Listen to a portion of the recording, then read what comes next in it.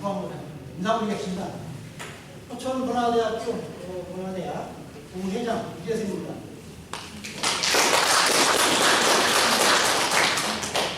이 소설가 오종현 선생님은 잠깐 좀 소개를 해드리도록 하겠습니다. 현재 대한민국 예술원 회원이시고 중앙일보의 교수입니다. 1968년에 중앙일보 신춘기에 완구정 여인이라는 작품으로 등단을 하셨고 최근에는 2022년도에 환란이라는 단편소를 발표하셨습니다.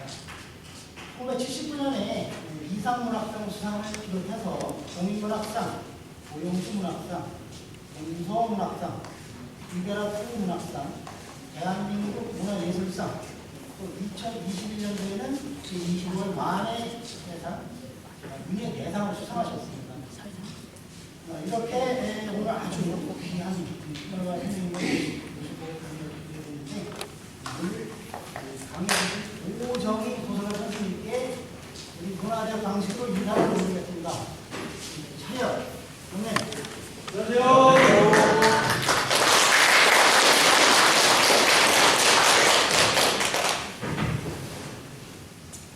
여러분 안녕하세요. 저는 강원도 춘천에 살고 있는 소설가 오정희라고 합니다.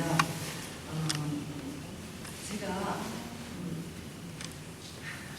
아침에 일찍 나오느라고 그 오늘의 운세를 못 보고 나왔어요.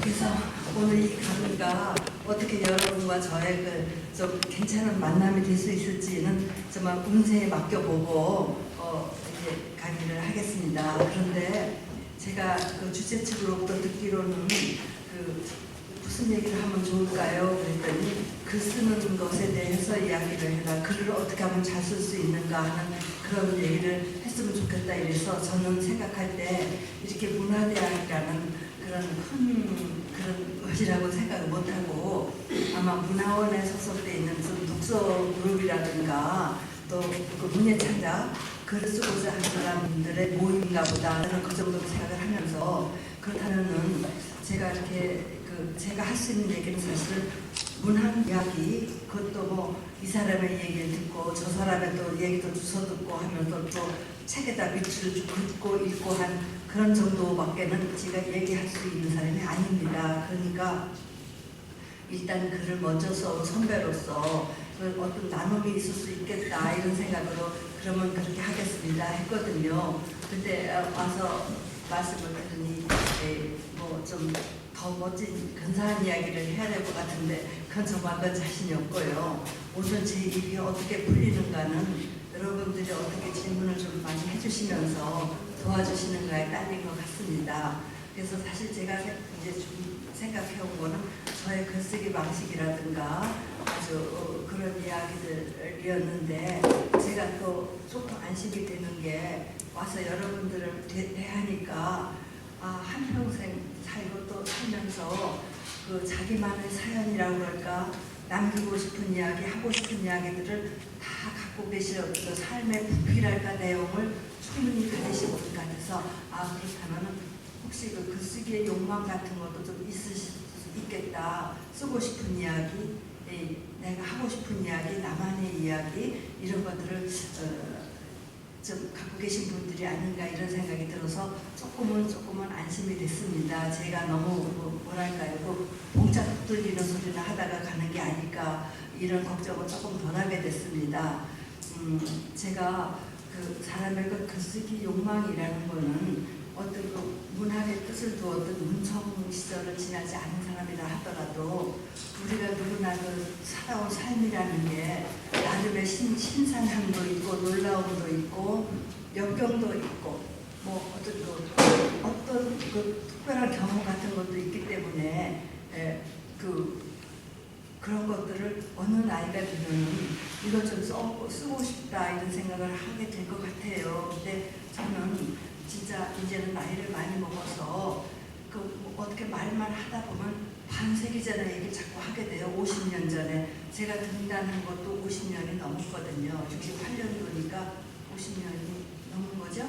예, 그렇게 돼서 근데 제가 이제 그 신춘문이라든지 현상공무한 그 글들에 하다 보면은 그 놀라운 사실이 대체로 그 공직자로서 은퇴한 분이라든지 교사, 교수 이렇게 은퇴하고 전혀 다른 분야에서 일을 하고 글로 은퇴한 분들이 소설을 써서 그걸 하거든요. 그러니까 사실은 이런 어떤 현실적인 리얼한 삶에다가 어떤 식의 거를 픽션을 넣어서 구성을 해서 이야기를 만들어 보고 싶다는 그런 그 자기 객관화의 욕망도 있고 또 이걸 써서 나의 그 살아온 어떤 기적이라든가 이런 것들을 그 나의 자손들이나 나를 아는 가족들에게 뭔가를 남기고 싶다라는 그런 생각이 드는구나. 그러니까 저 자신부터도 이제 뭐 제가 하기는 무슨 그 모더니스트들의 그 유명한 슬로건이 그런 거래요. 그 나를 놀라게 하라 이런 거라는데 저도 한 50년 이상을 소설가로 살다 보니 소설 한 편이 누구를 놀래키고 흔들 건 아무것도 없다는 생각을 하게 됩니다. 그러니까 이제 제게 남아있는 욕망이라는 거는 뭐냐면 쓰지 않으면 사라지는 것들 우리가 모든 것들이 그 인생이나 모든 것들이 다 꿈같이 생각이 들 때도 그래도 유일하게 남아있는 것은 기록된 것들이다 이런 생각을 하게 되거든요. 그러니까는 모든 것들이 기록하지 않으면 다 사라져버리는 거구나. 꿈을 꾸고 나서 잊어버리는 것처럼 그렇기 때문에 뭔가를 써야 되겠다. 내가 맞았던 어떤 새벽의 이야기들, 내가 만났던 사람들의 얘기, 내가 겪었던 어떤 일들에 대해서 뭔가를 그래도 쓰고 싶다 이런 생각. 그러니까 굉장히 소박한 욕망을 갖게 됩니다. 무슨 사람을 놀래키거나 뭐 문학을 해서 어떤 권력을 가지고 어떤 그 명예를 얻고자 하는 혹은 돈을 벌고자 하는 그런 데 떠나서 그냥 그 어떤 그 내가 살아온 것에 대해서 좀 얘기를 하고 싶다 라든지 뭐 이런 식으로 아주 소박한 생각을 하게 돼요. 그래서 요새 이렇게 보면 문학이라든지 이런 데 가보면 자서전 쓰기라든지 뭐 하여튼 이런 그런 또 그 프로그램도 있다고 합니다. 근데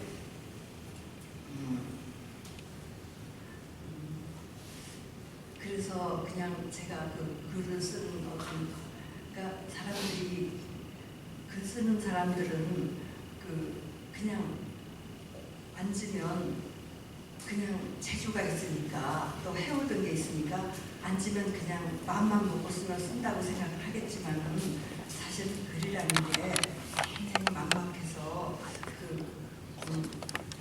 뭐라 그럴까요? 처음에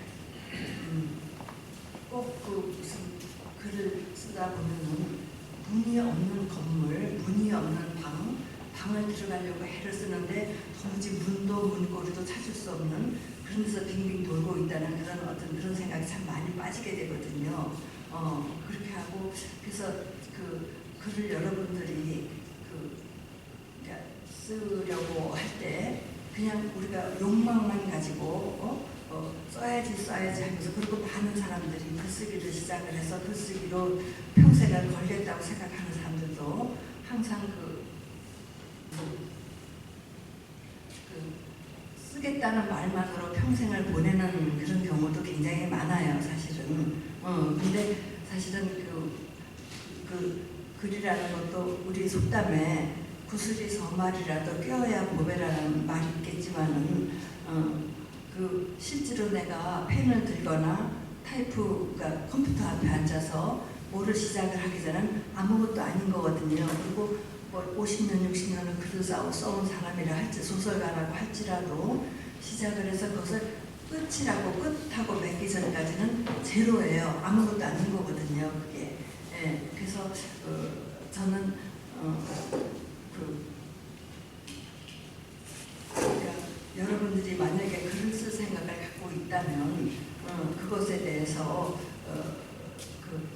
일단은 그냥 내가 그러니까 어느 작가들이라도요 글이 떠오를 때 까뮤 같은 작가도 그렇다고 그래요. 어떤 생각이 떠올라서 그것이 나의 지성과 결합해서 어떤 하나의 형상을 머릿속에서 이루어질 때 그때가 가장 행복하고 그 다음에는 끝없이 지루한 노동, 고역이다. 그 다음에 남아있는 건 고역이다. 그렇게 하고 많은 작가들이 자기 고백 같은 걸 할 때 보면 끝없이 되풀이해서 고치는 것이다. 앉아가지고. 그리고 또 그 토마스 만 같은 분들은 굉장히 위대한 작가죠. 그거는 기록하는 자는 결국 누리지 못한다. 뭔가 내가 쓰기 위해서는 그 밖에 서서 하는 것, 그 안에 들어가서 함께 휘둘리면 그것이 어떻게 객관화도 이루어지지 않고 있으니까 어떻게 굉장히 냉정하게 내가 쓰려는 어떤 주제와 이런 것에 내 자신이 감동하고 거기에 취해서 막 하다 보면 전혀 될 수가 없거든요. 그러니까 그것들을 어느 정도 궁굴려서 저마치 밀어놓고 나는 한 발 물러서서 나는 그냥 기록자의 눈으로 그걸 써야 되는 거죠. 그러니까 뭐 같으냐 하면은 그 밤에 쓴 편지를 아침이 되면은 보내지 못하잖아요. 그거와 똑같아서 자기가 그 안에 들어가서 같이 막 휘둘리며 휘몰아치면서 어떤 그렇게 되면 그게 제대로 된 그 글이 될 수 없다. 이제 그런 생각을 합니다. 그래서 저는 그런데 글을 읽는 건 참 좋죠. 하늘이 우리한테 신이 우리의 그 삶의 고통의 균형추를 이루기 위해서 준 게 그 웃음과 희망과 수면이라고 말하잖아요. 그게 그러니까 희망과 웃음과 수면 이것으로 우리의 삶의 고통을 위무해준다, 달래준다는데 저는 거기다가 그 책 읽기, 저 같은 건 도서책 읽기를 또 보태고 싶어요. 이렇게. 근데 우리가 글을 쓰려면 그러니까 그 열정 많이 써야지 하는 마음을 가지고 막 달려들다 보면 사실은 95%가 열정뿐인 그 아마추어에 지나지 않게 된다는 거죠. 프로가 된다는 거는 그 열정까지도 우리가 밀어내서 저마치 그러면 그 열정에 불타고 있는 나조차도 저쪽에다 밀어놓고 그걸 보면서 내가 써야 되는 조금 추상적인 얘기는 하지만 이제 그런 것들이고요. 그리고 글을 쓰다 보면은 이제 그래서 어떻게 해서 이제 글을 써야지 주제를 생각을 하고 이 글을 써야 되겠다 생각을 했을 때 상당히 막 머릿속에서 굉장히 찬란해요. 그리고 자다가도 벌떡 누웠다 일어날 정도로 이런 아이디어라든지 이런 감각이라든지 이런 것들은 내가 아니면 누가 이걸 할 수 있겠어. 굉장히 대단해 보여요. 그건 술 먹고 취한 어떤 망상하고 좀 다른 것들이긴 하지만은, 그렇지만은 사실은 실제 작업이 시작이 되고 글이 이루어지고 하는 거는 책상 앞에 앉았을 때 머릿속에 찬란했던 생각들이 다 사라져 버렸을 때, 그때 비로소 이제 그게 시작이 되는 것 같아요. 그래서 그 글을 써본 사람들은 누구나 다 이제 겪는 일들인데요. 좋은 글을 쓰는 일이라는 게 자기 일단은 아직과의 싸움이에요. 나는 이걸 확신해. 이거야 하는 거 자기 아직과의 싸움이고요. 또 하나는 독자의 취향에 따라가고자 하는 그런 유혹과의 싸움이 되겠죠. 그게 있고 또 일단 그러다 보면 너무 힘이 드니까 일단 끝내고 보자라는 그런 유혹과의 또 싸움이기도 하고요. 그다음에 중간에 포기해버리고 싶은 것과의 유혹이기도 하고 때로는 내가 쓰고자 하는 그 글과의 그것과의 그 싸움들 이런 게 이루어지는데 사실 사람에 따라서는 글을 이제 다 작가들마다 스타일이 틀려요. 그래서 어떤 사람은 그냥 무작정 떠오르는 대로 자동 기술적으로 떠오르는 대로 쳐보자 이래요. 쳐보니까 그냥 막 우리가 좀 말이 좀 싹스럽지만 막 컴퓨터에 이렇게 쳐놓는 거를 쳐놓는다고 그래요. 그냥 아무거나 막 때려 쳐놓는다 그래요. 그래서 막 해서 일정한 분량을 채워놓고 그 다음에 밀어뒀다가 그걸 다시 보고 그 안에서 또 뭔가를 또 골라내고 하면서 이렇게 쓰게 되는데 그게 결국은 그 글쓰기라는 게 훌륭한 작품이라는 거는 평범한 사람들의 한없이 지루하게 반복되는 노동에 의해서 이제 이루어지는 것이다. 이제 이런 얘기도 하고요. 그러니까 그 어떤 그 아이잭 어떤 그 영국의 어떤 수필가가 쓴 글이 제가 좋아서 그냥 책상 밑에 유리 밑에 깔아놓고서는 그 보던 글들도 있어요. 그는 뭐냐면 그 글을 쓰지 않고 살 수 있다면 너무도 좋겠지만 꼭 써야 한다면 책상 앞으로 가 앉아라. 너무도 안 떠오르고 지루하고 지겹고 아무도 읽어주지 않고 또 누구에게나 온다는 그 영감이라는 게 찾아오지 않더라도 무조건 책상 앞에 앉아서 그 얼음과 같이 냉혹한 그 백지의 고독을 받아들여라 뭐 이런 말들이 있어요. 그러니까 그렇게 그리고 그 작가들이 글을 많이 써본 사람들은 하겠지만은 언제나 지난번에 쓴 글이 지금의 내 글을 쓰는데 어떤 기법적으로나 뭐나 도움이 주는 게 없어요. 항상 새로운 도전이 되거든요. 그러니까는 그거를 이제 그리고 또 그 아이잭 디네센이라고 여러분들 그쪽 옛날 영화긴 한데 아웃 오브 아프리카라는 영화가 있었어요. 그리고 그쪽 서구에서는 꽤 유명한 그 작가인데 아이잭 디네센 여성 작가인데 그 사람이 한 말이 매일 아무 기대도 희망도 없이 매일 조금씩 쓴다. 희망에 들뜨지 않고 절망에 굴하지 않고 매일 조금씩 쓴다. 어떤 그 의미 있는 일들은 이렇게 매일 반복되는 무의미한 반복으로 이루어지는 것이다. 뭐 이런 말들도 하는데 그 글을 쓰는 사람들한테 굉장히 실감이 오는 얘기들이죠. 근데 그 글을 쓴다는 게 사실은 굉장히 막연해서 그 어떤 분들은 그런 얘기를 해요. 그 항상 글을 쓴다는 거는 그 내 앞에 50m마다 말뚝을 하나씩 세우는 거나 똑같다는 거예요. 그러니까는 왜냐면 50m를 가면 50m 말뚝이 있는 데까지 가요. 그게 쓰기죠. 어쨌든 쓰고 그 다음에 50m 앞에 또 말뚝을 세워놓는 거예요. 또 그걸 가는 것이고 이런 식으로 우리가 어떤 오리무중이라고 하잖아요. 안개 속을 헤매는 것은 우리 속에 아무리 어떤 확실한 부상이 있다 하더라도 쓰면서 계속 달라지고 손이 하는 짓이 있고 마음이 하는 짓이 있고 머리가 하는 짓이 있고 또 엉덩이가 하는 짓들이 있거든요. 그러니까 사실 내가 뭘 쓰면서도 이게 어디로 갈지 모르고 그것이 어떤 글 쓰는 사람들의 그러면서 계속 이겨나가야 하는 게 이게 무슨 의미가 있지라든지 나의 이런 그 작업들 내가 정말 어떻게 보면 그렇게 하고 글쓰기라는 게 어떤 우리가 아이디어들이 떠오르잖아요. 계속 메모를 하죠. 아이디어가 어떤 아이디어를 떠오르면 사실 글 쓰는 사람들이 실질적인 작업이라는 거는 자기에게 떠오르는 어떤 생각들, 아이디어 사이에 길을 내주는 것들이잖아요. 그러니까 이것과 이것을 어떻게 연결해서 이야기를 만들 것인가. 그리고 또 그 웅덩이, 영감을 어떤 물웅덩이라고 생각한다면 이 웅덩이와 저 웅덩이 사이에 길을 터서 물이 흐르게 해주는 것들. 그러니까 사실은 굉장히 우리 삶에서 오는 우리의 어떤 과거, 어떤 우리가 보는 세상에서 오는 어떤 파편적인 감각들, 파편적인 생각들을 우리가 어떻게 그 종합적으로 문득문득 이어주면서 한 편의 글을 만들어내는가. 이것이 굉장히 고심하는 문제들이거든요. 그리고 또 하나 또 그러다 보면 그 프로베르 같은 사람들도 그런 얘기도 해요. 우리가 굉장히 정확한 프로베르의 일물 일어설이 유명하잖아요. 그러니까 그분은 어떤 꿈을 그분이 아주 대표적인 스타일리스트라고 알려졌는데 프로베르가 그 마담 부활을 쓴 사람. 근데 그 사람이 그런 글쓰기의 자기의 꿈이라는 거는 이 지구가 우주에 아무 버팀대도 없이 버팀목도 없이 그냥 둥그렇게 떠 있듯이 어떤 역사라든가 또 어떤 힘을 빌리지 않은 그 문체와 그 문학 그 자체의 그 미학으로 만들어지는 어떤 그걸 꿈꿨다고 얘기를 해요. 그래서 그 플로베르의 그 일물 일어설 하나의 사물, 하나의 어떤 일에는 꼭 거기에 꼭 알맞은 아주 적합한 단 하나의 단어가 있다.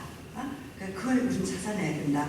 우리 정확한, 적확한, 알맞은 것들은 어딘가에 반드시 있다는 거예요. 그러니까 작가들은 온 힘을 다해서 우리가 이제 어떤 목표를 하고 미물들이 막 가듯이 이렇게 움직여가고 그 작은 몸을 허약하게 뱀일을 하면서 또 눈먼 벌레라고 볼 수 있잖아요. 뱀일을 하면서 어딘가에 있을 뭘 찾아서 막 가듯이 이 작가들은 온 힘을 다해서 하나의 그 적확한 단어를 찾아내기 위해서 그러니까 사실은 그 단어라는 게 우리가 일상 언어가 아니고 문학 언어라는 것으로 생각했을 때 그것은 그 문학 언어로서의 한 단어는 모든 것을 뜻하는 거잖아요. 철학과 또 어떤 우리의 그 감각과 모든 그것의 그 의미 이런 것들을 하나의 단어로 우리가 말하자면은 의자가 하나가 있다고 생각을 하세요. 어떤 풀밭에 의자가 하나가 있어요. 놓여 있어요. 빈 의자가. 여러 가지 거기서 상념이 떠오를 수 있어요. 누가 앉았다 간 것일까? 누가 오기를 기다리는 것일까? 누가 떠난 자리일까? 혹은 비가 왔을 때 그 비이자 눈이 왔을 때 햇빛이 있을 때나 여러 가지 것들을 거기다 우리가 여러 가지 인생의 의미를 거기다 부여할 수 있는 거잖아요. 그런 식으로 그러니까 그 프로벨의 말로 말하자면 사람은 누구나 자기의 가장 내밀한 안에 비밀한 방을 갖고 있다는 거예요. 추억과 비밀과 죽음이 간직되어 있는 누구나 자기 내밀한 방이 있다는 거예요. 그러니까 글을 쓰기 위해서는 그 내밀한 방을 열고 들어가면 된다. 그런 얘기들도 하거든요. 그러니까 이제 그것처럼 그러니까 그 사람들이 생각하듯이 작가들이 어떤 그 자기의 감성에 휘둘려서 막 여기저기 막 이렇게 기웃거리고 자기를 방기하기도 하고 해방시키기도 하고 이럴 거라고 생각을 하지만 그 생활도 굉장히 분방할 거라고 생각하지만 사실 작가들의 생활은 외출도 못하고 놀지도 못해요. 사실은 그러니까 그냥 앉아서 계속 그 안에 갇혀서 그냥 쓰는 노동자로 살아가는 그런 것들 그리고 그것이 작가인 것 같아요. 그리고 그 이제 까묘 같은 사람들은 그런 얘기를 하죠. 사람은 누구나 자기 안에 작가들은 글쓰기의 원천이라는 걸 갖고 있다는 거예요.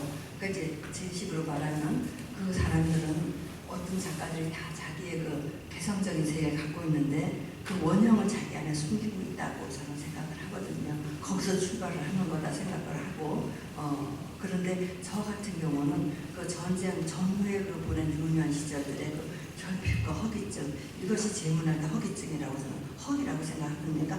끝없이 허기가 지는 거죠. 그리고 어떤 그 세상이 전쟁 후에 그 불안하고 거칠고 그러한 세상을 살아서 보면서 그때 그 각인된 어떤 세계관이랄까 이런 것들은 당연히 비극적인 것이 될 수밖에 없고 비관적인 것이 될 수밖에 없고 거기서 제가 벗어나지를 못하는 이런 것들인데 까뮤 같은 경우는 이제 자기의 그 작품 문학의 원천 그리고 자기의 사람됨의 원천은 그 가난과 빛이 있다.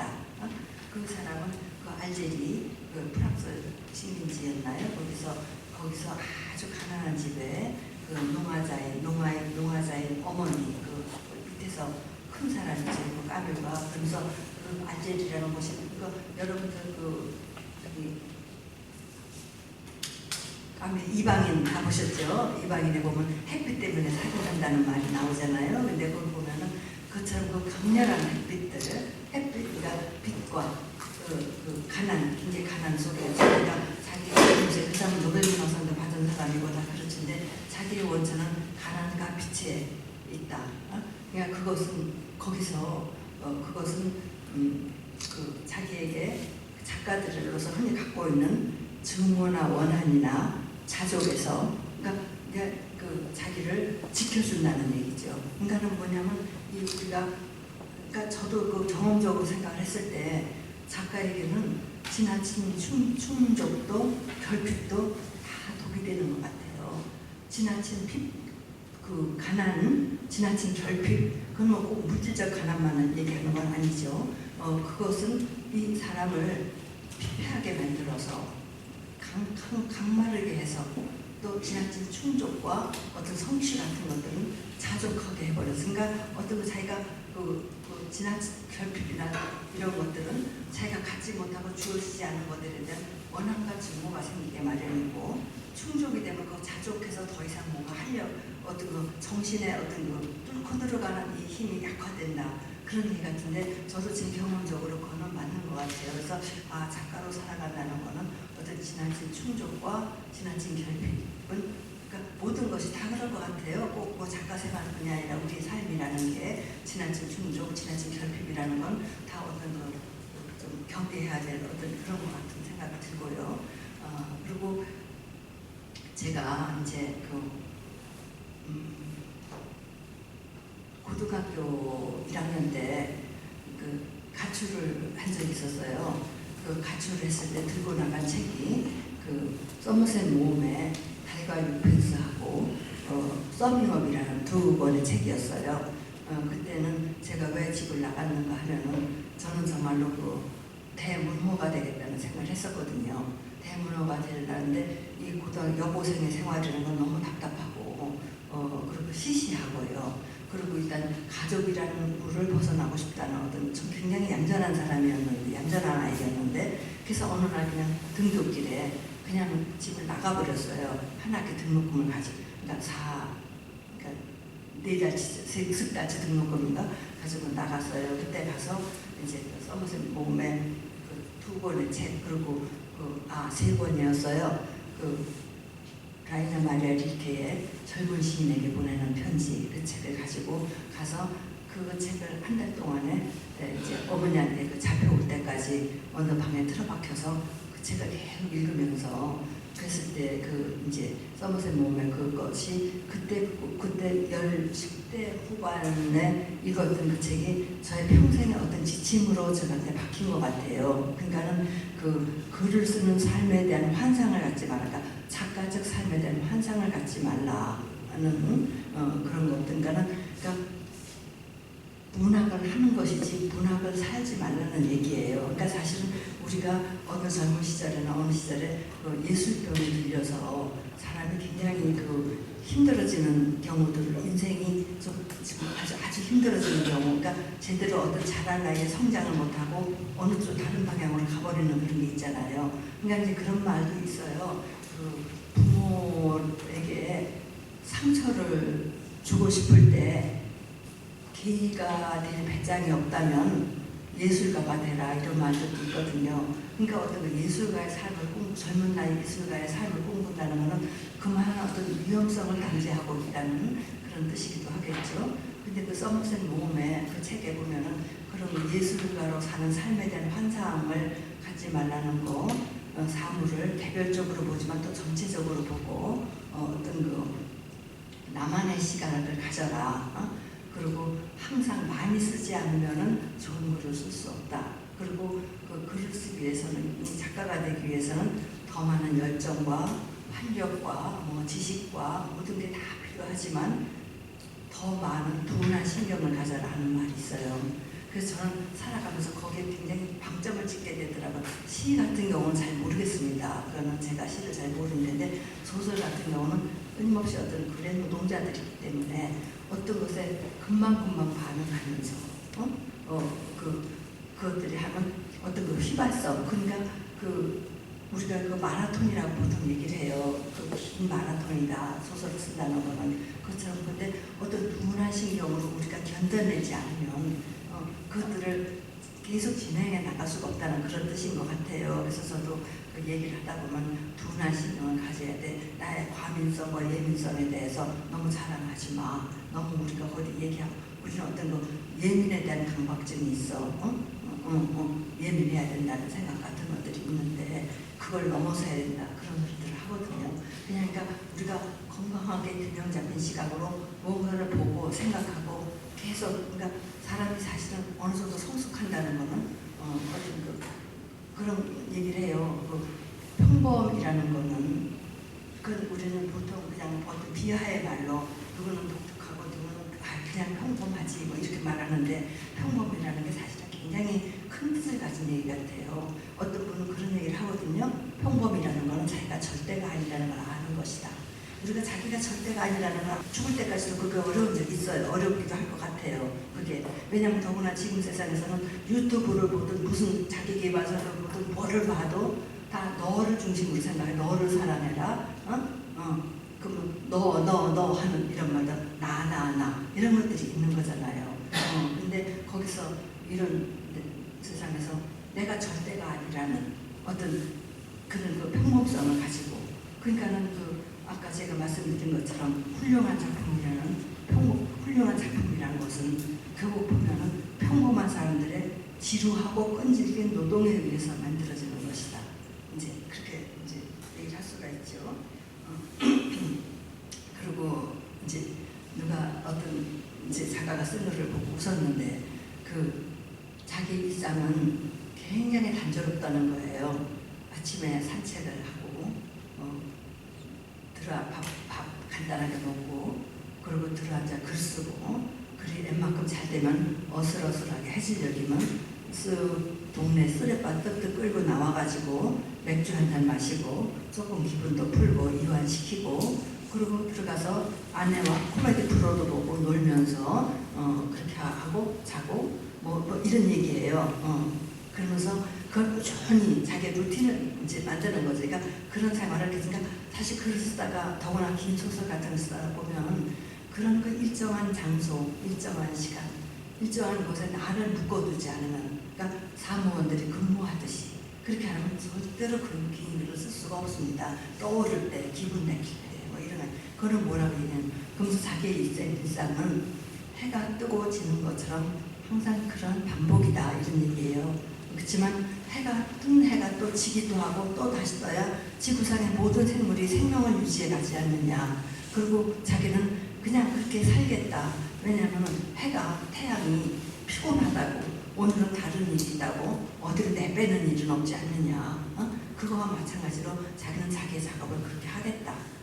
그러니까 그런 중에 뭔가가 나오지 않겠는가 이런 말들도 하고, 그래서 절대로 그 바깥에서 그 글 밖에 있는 분들이 생각하듯이 예술가가 영감을 떠오를 때 영감이 떠오르고 막 나는 이걸 간절히 바래요 하는 어떤 그 굉장히 감성적인 어떤 태도로는 절대로 좋은 글을 쓸 수가 없다라는. 그러니까 우리가 이제 영화 같은 데나 뭐 소설 같은 데 보면 글을 쓰다가 안 된다고 타이프라이터를 확확 집어던지기도 하고 술 막 먹고 돌아다니고 그러다 보면 그런 거 아니에요. 그렇게 할 수가 없거든요. 그러니까는 제가 이제 아는 그 전에 지금도 그렇겠지만 일산이라는 곳이 그렇게 이제 서울하고 중앙은 가깝고 집값은 이제 지금은 안 그런 것 같지만 그 전에는 별로 이제 집값도 조금 나지막하고 이래서 그 가난한 작가들은 대체로 가난합니다. 근데 가난한 작가들이 거기 가서 많이 살았나 봐요, 일산에서.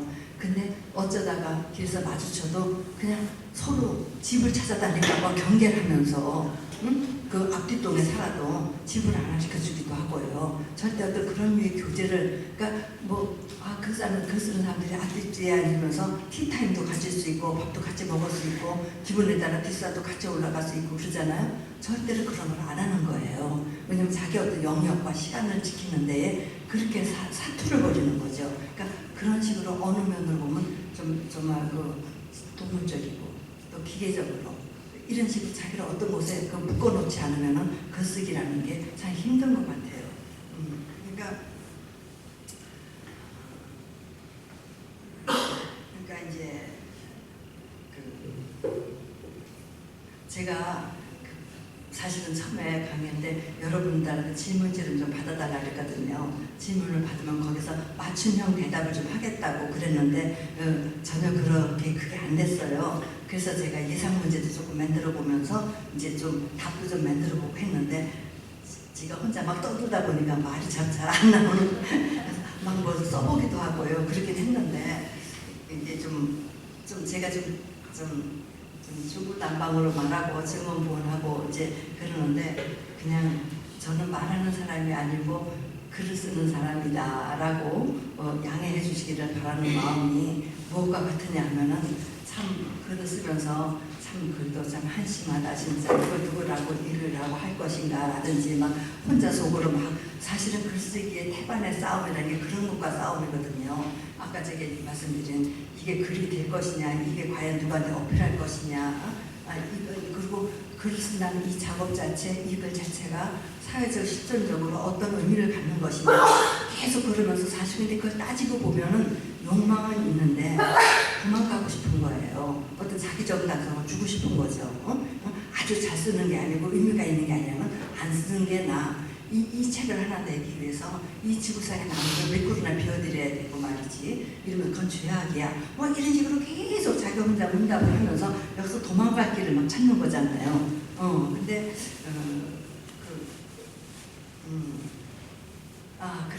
그러면서 글을 이제 지리멸렬하게 해가면서 생각하는 게 뭔가 하면은 이런 중에도 누군가가 눈 밝은 사람이 나도 의도하지 못하고 의식하지도 못했던 내 무의식 속에 있는 어떤 놀라운 점을 끌어내서 말해주지 않을까라든가 또 어떤 신의 한 수가 또 작용하지 않을까 뭐 이런 은근한 기대도 버릴 수가 없으니 참 비루하고 치사해지기도 해요. 그러니까 제가 제 식으로 표현하자면 참 많이 글을 쓰면서 비대발발하고 지리멸렬하고 그 지지부진한 글을 쓰면서 이제 그런다고 그러는데 그것처럼 저도 이제 와서 이렇게 중언부언하고 막 이러면서 여러분들께서 아, 저 사람은 글을 쓰는 사람이지 말을 하는 사람이 아니다. 그러니까 좀 봐주자 하고 양해하기를 바라는 마음도 좀 있습니다. 사실 그러니까 그냥 그렇게 하고 여러분들이 혹시라도 좀 질문하고 이게 있으면 질문을 해주셔도 좋고요.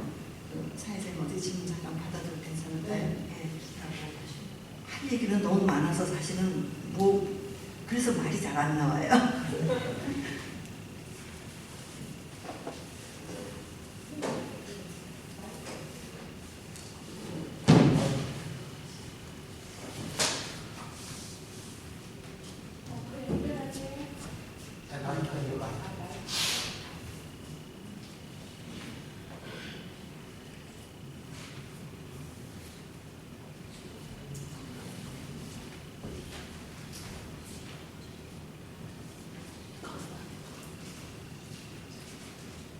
그래서 마이크가 아직 준비가 안 됐는데 금방 지금 갖고 올 건데. 네, 목소리가 크니까. 네. 선생님이 이렇게 직접 뵙게 돼서 영광입니다. 제가 궁금한 게 50년 동안 소설을 써오셨는데 글을 쓰는 사람들이 이게 창작의 고통과 굉장히 지인들하고 힘든 작업이잖아요. 그래서 그런 스트레스로 인해서 수명이 짧다고 들었어요. 예, 예작가들, 최인우님, 나란님, 그래서 선생님은 그런 고통 속에 있을 때 그걸 어떻게 극복하셨고 또 그런 건강 관리 또 어떻게 하는지 좀 궁금합니다. 근데 잘 들었습니다. 근데 그게 사실 제가 말하기가 제일 힘든 게 글 쓰는 고통에 대해서예요. 근데 저는 사실 다른 직업을 가진 사람이 아니고 글을 쓰기 때문에 그거밖에 사실 잘 모르는데 삶 자체가 얼마나 고통스럽고요. 그럼요, 누구나 자기 삶에 대해서 너무 우리가 그러니까 고해라는 말도 있잖아요. 그러니까 사실은 아까 제가 말씀드린 것처럼 그냥 쓴다는 것이 특별히 고통, 우리 어머니가요, 그 전에 제가 이제 용돈을 좀 드리면, 야, 내가 이걸 어떻게 받니? 피를 찍고 뼈를 깎고 피를 찍어서 버는 돈을 내가 어떻게 받니? 해서 내가, 엄마 그런 거 아니에요. 피를 찍고 뼈를 깎으면 나는 진작 죽었지. 이렇게 살아있겠어요? 그런 거 아니고, 그러니까 아까 제가 말씀드렸지만은, 우리가 이제 사실은 거푸집을 하나 어떤 틀을 만들어 놓고 거기 계속 찍어내는 건 아니에요. 글이라는 게. 그리고 사실은 매번 다른 도전이에요. 그리고 그랬을 때 우리가 어떤 사람들은 아까 얘기하다가 또 딴 데로 막 흘러서 딴소리 막 했는데 그랬을 때 막 처음부터 끝까지 여기는 뭐 대야를 놓고 여기는 강아지가 배어있고 여기는 뭐가 있고 여기는 새가 날아가고 다 이걸 해놓고서 시작하는 사람도 있다고 그래요. 그리고 개미 굴 무슨 설계하듯이 이렇게 다 도표도 그려놓고 한다는데 그런 사람이 있는 게 무작정 여름이 왔다, 혹은 눈이 내렸다 라든지 그가 내게 말했다 뭐 이렇게 시작하는 사람도 있어요. 그러면서 그 다음에 그 문장에 매여서 맡기는 거예요. 그러니까 뭐든지 우리가 글을 쓰다 보면 한 문장이 다음 문장을 만들어 와요. 그러니까 사실은 제가 아까 막 때려 쳐넣는다고 이게 좀 쌍스러운 소리를 했지만 뭐든지 해야 초가 있어야 그 다음에 뭐가 나오는 거지. 머릿속에 있는 거는 그리고 우리가 왜 쓰지 않으면 안 된다는 이것들이 뭐냐면은 쓰지 않으면 다 사라져 버리는 거예요. 그러니까는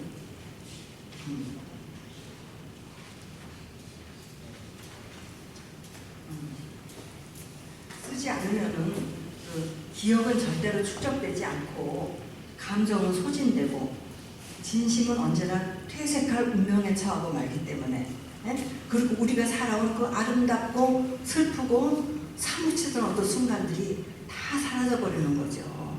그래서 저는 사실 여기 올 때 제가 막 굉장히 저 여기 올 때 이제 춘천에서 올 때는 길이 아주 복잡하고 서울 거쳐서 와야 되고 이러니까 남편이 이제 데려다 주겠다. 남편 퇴직자니까 이제 제가 집사람이라고 말하거든요. 그래서 집에 있으니까 집사람이 이제 저를 데려다 줬는데 그러면서 사실은 제가 어디 가서 말을 해야 된다든가 할 때는 이 스트레스 때문에라든지 우리 시험 공부할 때 왜 우리 고등학교 다닐 때 보면은 시험 때는 머리들도 안 감잖아요. 이게 날아갈까 봐. 움직 있으면 못하니까 꼭 제가 제 표현으로 하자면 새처럼 고요해지고 글을 뭔가 머릿속에 생각할 때는 새처럼 고요해지고 물동이 밀린 아가씨처럼 너무 조심스러워지는 거예요. 그래서 그 춘천에서부터 여기 올 때까지 한 1시간 반 되는 동안에 남편하고 말 한마디도 안 하고 왜냐면 막 거기서 떠들다 보면 다 휘발이 돼버려가지고 다 잊어버려가지고 제가 여기 앉아가지고 안 그래도 긴장이 심한 사람인데 무슨 헛소리를 또 할까 이러고 헛소리하고 집에 갈 때 되면은 내가 계속 이거 되감잖아요. 제가 한 말에 대해서 되감으면서 유리창에 창에다가 차창에 머리 콱콱 부딪히면서 미쳤어 막 이런 소리 하잖아요. 그렇게 될까봐 말 한마디도 안 하고 그러고 왔어요. 또 무슨 말 하다 이러고 가는지 모르겠는데 그러니까는 그 글쓰는 일을 그렇게 그러니까 우리가 모든 저는 저한테는 제 일이 글쓰기니까 글쓰기 어려운 것처럼 딴 사람들은 딴 사람대로 그리고 글쓰기라는 게 사실은 뭐 연주하는 사람들 그렇대요. 연습을 하루를 안 하면 자기가 알고 뭐 열흘 안 하면 청중이 알고 뭐 얼마나 안 하면 뭘 안 돼요. 그러니까 사실은 자기가 쓰는 글이 얼마나 어떻다는 건 알아요. 그걸 모르고 쓰는 사람들은 아마추어야. 그리고 거기 막 정말 필설로 형용할 수 없이 막 흥분하고 도취돼서 쓴다. 필설이 뭔지 아시잖아요. 그러니까 필은 막 너무 막 이렇게 돼서 막 치받쳐 오르니까 사람이 막 손을 움직일 때는 혀가 자꾸 나온다고. 혀하고 손은 굉장히 밀접한 관계가 있대요. 그래가지고 이 사람의 언어가 발달하는 것도 손을 쓰면서부터 언어가 발달. 언어가 혀잖아요. 혀로 하잖아요. 그렇기 때문에 막 필설로 형용하고 하지만 자기가 쓰면서 막 손으로 쓰면서 혀가 막 들락날락하고 그러니까 그 필설로 형용할 수 없다고 그러는 혀설자잖아요. 그렇죠 하면 반드시 그거는 실패하는 작품이에요. 그러니까 자기가 쓰면서 왜 이렇게 잘 되지? 왜 이렇게 잘 돼? 이러면서 하면 그거는 반드시 실패라는 거예요. 그러니까 사실은 안 내리는 게 당연한 얘기라는 걸 쓰면서 아유 미쳤어. 이걸 어떻게 그리고 하면서 그럼 거기서 이건 아니야, 이거 미지네, 이거는 아니야, 이건 아니지. 거기서 한번 더 파고 들어간다고요. 그래서 우리가 찾는 거죠, 그렇게. 예. 그러면서 그것처럼 우리는 사실 글이라는 게 소설이라는 건 특히나 모든 소설들이 태어나면서부터 죽을 때까지 일어나는 일들인 거예요. 그러니까 저는 생각할 때 그래요. 되도록 소설 속에 이제 나이 들어가면 생각해. 꿈을 도입하지 않아요. 굉장히 안이한 해결법이에요. 꿈을 꾸었다. 그래서 그 꿈의 어떤 상징성을 굉장히 독자들이 알아주길 바라지만 웬만한 독자들은 프로이드를 알기 때문에 다 금방 풀려버려. 해석이 돼. 그러니까 글 쓰는 사람 입장으로는 독자와의 어떻게 보면 그 술래잡기라고 할까? 무슨 퍼즐 푸는 것 같은 뭐 그런 게 있고요. 그러니까 계속 이제 독자들로부터 어떤 작가들은 숨기려고 하는 거예요. 그리고 민감하고 어떤 그 문학에 대해서 좀 더 다른 미학적 관심을 가진 사람들은 그 숨어있는 것을 찾으려고 하는 거예요. 그러니까 어떤 그렇기 때문에 계속 이제 같은 틀을 가지고 그러니까 어차피 문학이라는 거는 동호반복일 수 없다. 우리 인생이 나와서 죽는 거잖아요. 태어나고 죽는 거고 살아가는 거잖아요. 근데 그거를 어떠한 자기만의 독특한 시가 해석으로 어느 면에서 그걸 파고 들어가면서 우리 어떤 허점이랄까 고정관념을 깨고 우리가 당연하다고 생각했던 것들의 어떤 불의함, 부조리함, 부정함들을 그러니까 우리가 그런 거예요. 뭘 쓰려고 생각할 때 남들은 다 그래 그게 맞아 하는데 그거 아니지 않아? 그리스어도 트란사도도 그렇잖아요. 이게 그거 아니다 틀렸다 하고 막 부르짖으면서 뭔가 시작이 되는 거잖아요. 그것처럼 그러니까 항상 작가한테는 모험이라면 모험이고요. 그건 어떤 사실은 요새는 형식상의 모험이라는 것도 그렇고 이거 어떤 사유의 어떤 고정된 틀을 깨기 위해서 사람 답답하니까 형식의 모험도 하는 것들이고 이런데 항상 작가들은 그런 의미가 주어지는 거예요. 너가 본 얘기를 해라. 너의 이야기를 해라. 그리고 너 그냥 좀 더 새로운 시각으로, 다른 시각으로 각성시키는 어떤 시각으로 뭐를 보게 해라. 뭐 이런 게 주어지니까 그게 굉장히 사실은 힘들어. 끊임없이 그리고 그런 거잖아요. 저는요 한번 교보에 갔더니 그 당시에 잘 팔리는 어떤 작가의 책들이 있었어요. 그 교보에 가면은, 교보문고 가면은 광화문에 이렇게 그 책들을 중심에서 쌓아놔요. 그런데 어떤 젊은이가 지나가면서 하나 툭 집으면서 에이 송름생 치고 이번 한 번만 또 보자 이래요. 그러니까 독자와 작가라는 거. 그러니까 이제 독자들은 어떤 작가에 대한 흠모나 어떤 신뢰와 어떤 요새 팬심? 그거를 영원히 갖고 있는 게 아니에요. 책을 읽다 보면 어느 작가의 어떤 작품이 좋더라. 어느 작가의 어떤 작품은 별로 공감이 안 가더라. 어느 만큼 보고 나서는 가차없이 얘기를 해요. 작가는 아픈 얘기지만 이제 그만 됐어. 그만 보지 뭐. 이렇게 되는 거거든요. 그러니까 꼭 독자들이 그래서 그런 게 아니라 내 작가가 같은 말을 계속 되풀이하면서 계속 같이 쓸 이유가 없거든요. 뭔가. 그리고 항상 작가는 그 글을 쓸 때 그 자기가 도달한 지점에서 쓰는 거예요. 그러니까 사실 작품을 쓰면서 왜 이렇게 안 돼? 뭐 나 요거 건 망쳐서 라든지 요거는 뭐 어쩌고 그래서 이제 이런 건 아니고 항상 자기가 도달한 지점인 거예요. 내가 여기 와 있는 거죠.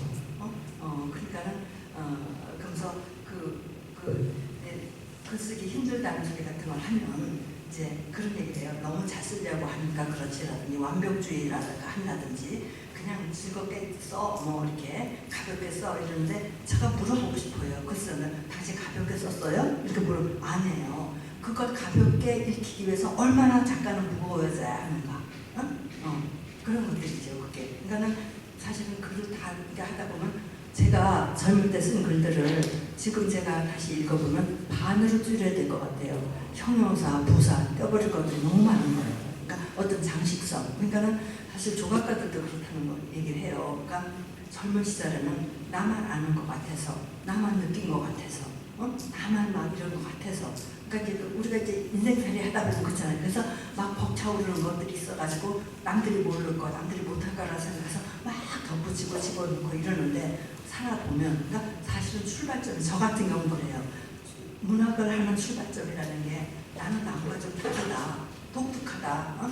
다르게 난 사람을 볼 수 있고 다른 눈을 갖고 있다. 다른 해석한다는 나의 특별함 때문에 이거를 시작을 이게 그러니까 쓰죠. 사실 뭘 쓴다든가 하는 건 자기 표현이라는 거는 자기 현실 욕구들이잖아요.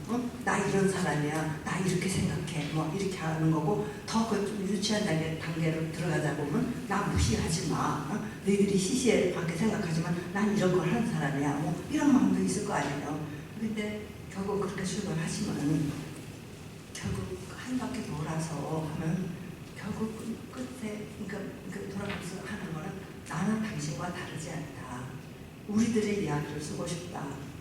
나는 이렇게 생각하는데 당신은 이걸 어떻게 생각하는가? 뭐 이렇게 돼버리거든요. 결국은 나는 나와는 남과 다르면서 출발하지만 종착점에서는 우리는 같다예요. 그렇게 되는 것 같아요. 그러니까 이제 또 딴 데로 얘기가 같지만은 결국은 작가들이 계속 써야 된다는 의무에 시달리는 거는 그래서 새로운 소설을 써야 된다는 건데 이 어떤 한정된 인생 속에서 그리고 너무도 우리는 지금 정보화 세상에 살고 있잖아요. 모든 것들을 공유하잖아요. 그럴 때 어떻게 그러면 사실 깊이 파고 들어가는 수밖에 없는 것 같아요. 그러니까 그러면서 계속 뭔가 나의 것들을 그리고 내가 생각한 인생에 대해서 쓰기 위해서는 생각을 해야 되잖아요. 글 쓰는 사람들은 구조가 그렇게 돼버리더라고요. 씀으로써 비로소 생각하게 되는 거. 그러니까 어떤 작가는 보면 아무 생각도 안 해요. 그리고 머리도 비워줄 필요도 있어요. 아무 생각도 안 하고 딴짓하고 놀고 여행도 가고 뭐 이러면서 하지만은 하면서 컴퓨터 앞에 앉아서 딱 이걸 틀면 그때 머리에 불이 들어온다는 거예요. 이제 그런 식으로 우리가 이제 그렇게 돼버리는데 그렇지만은 그러니까 하나의 거푸집으로 계속 똑같은 물건들을 만들어낼 수는 없다라는 것들. 그리고 그는 아까 그 연주자 얘기도 했지만은 금방 독자들이야 또 그 소리야. 이 사람 할 때 나온 건 이것뿐이면 이렇게 되잖아요. 그게 그러니까 독자를 의식해서가 아니라 결국은 일종의 그 자기 깨진 그 비슷한 자기 성숙의 문제들에 가니까. 그러니까 그런 짐을 지고 그리고 그래요. 아까 얘기했지만 어떤 사람은 한 문장을 쓰면서 그 문장의 힘으로 다음 문장을 끌어가면서 한 편의 소설을 완성한다 하지만은 결국 또 우리가 바라는 거는 구를 들었을 때 우리가 이 구를 들어가지만 반드시 반대편에 마련된 출구로 나오지 않는 거예요. 다른 길로 나가기를 바라지는 거예요. 그러니까 그게 말하자면은 그 써가는 중에 그 내 생각의 어떤 변화, 또 어떤 사람들은 글을 쓸 때 손을 깨끗이 씻고 앉는다고 그러잖아요. 왜냐면 손이 하는 짓들. 우리가 결국 그런 말이 있어요. 당신이 말을 하기 전에는 네가 무슨 생각을 하는지 어떻게 알겠냐 우리가. 그러니까 당신이 뭐를 쓰기 전에는 당신이 무엇을 생각하고 어떤 세계를 갖고 있는지를 우리가 어떻게 알겠는가. 그런 거예요. 그러니까 근데 여러분도 글을 쓰다 보면 그런 게 많이 나올 것 같아요. 쓰다 보면 어머 내가 이 생각을 했어라든지 그거는 이제 앞에 문장에 힘이 있기 때문에 어쨌든 그 써온 단락의 힘으로 그 또 뭐가 나오기도 하고요. 그러니까 반드시 아무리 정말 백일몽이에요. 아무래도 소용이 없고 그것들이 다 휘발돼서 없어지고 어떤 그 막막함 속에서 뭔가 한번 시작을 하는 거예요. 여름이 왔다 아니면 가을이 지나고 있다. 낙엽이 진다. 이 말을 한마디 써봐요. 그럼 그 다음에 또 써요. 그 다음에 어떤 액션이 나오잖아요. 낙엽이 지고 있다. 나는 창밖을 바라본다. 뭐 이런 식으로 이제 뭐 나오잖아요. 그러니까는 그리고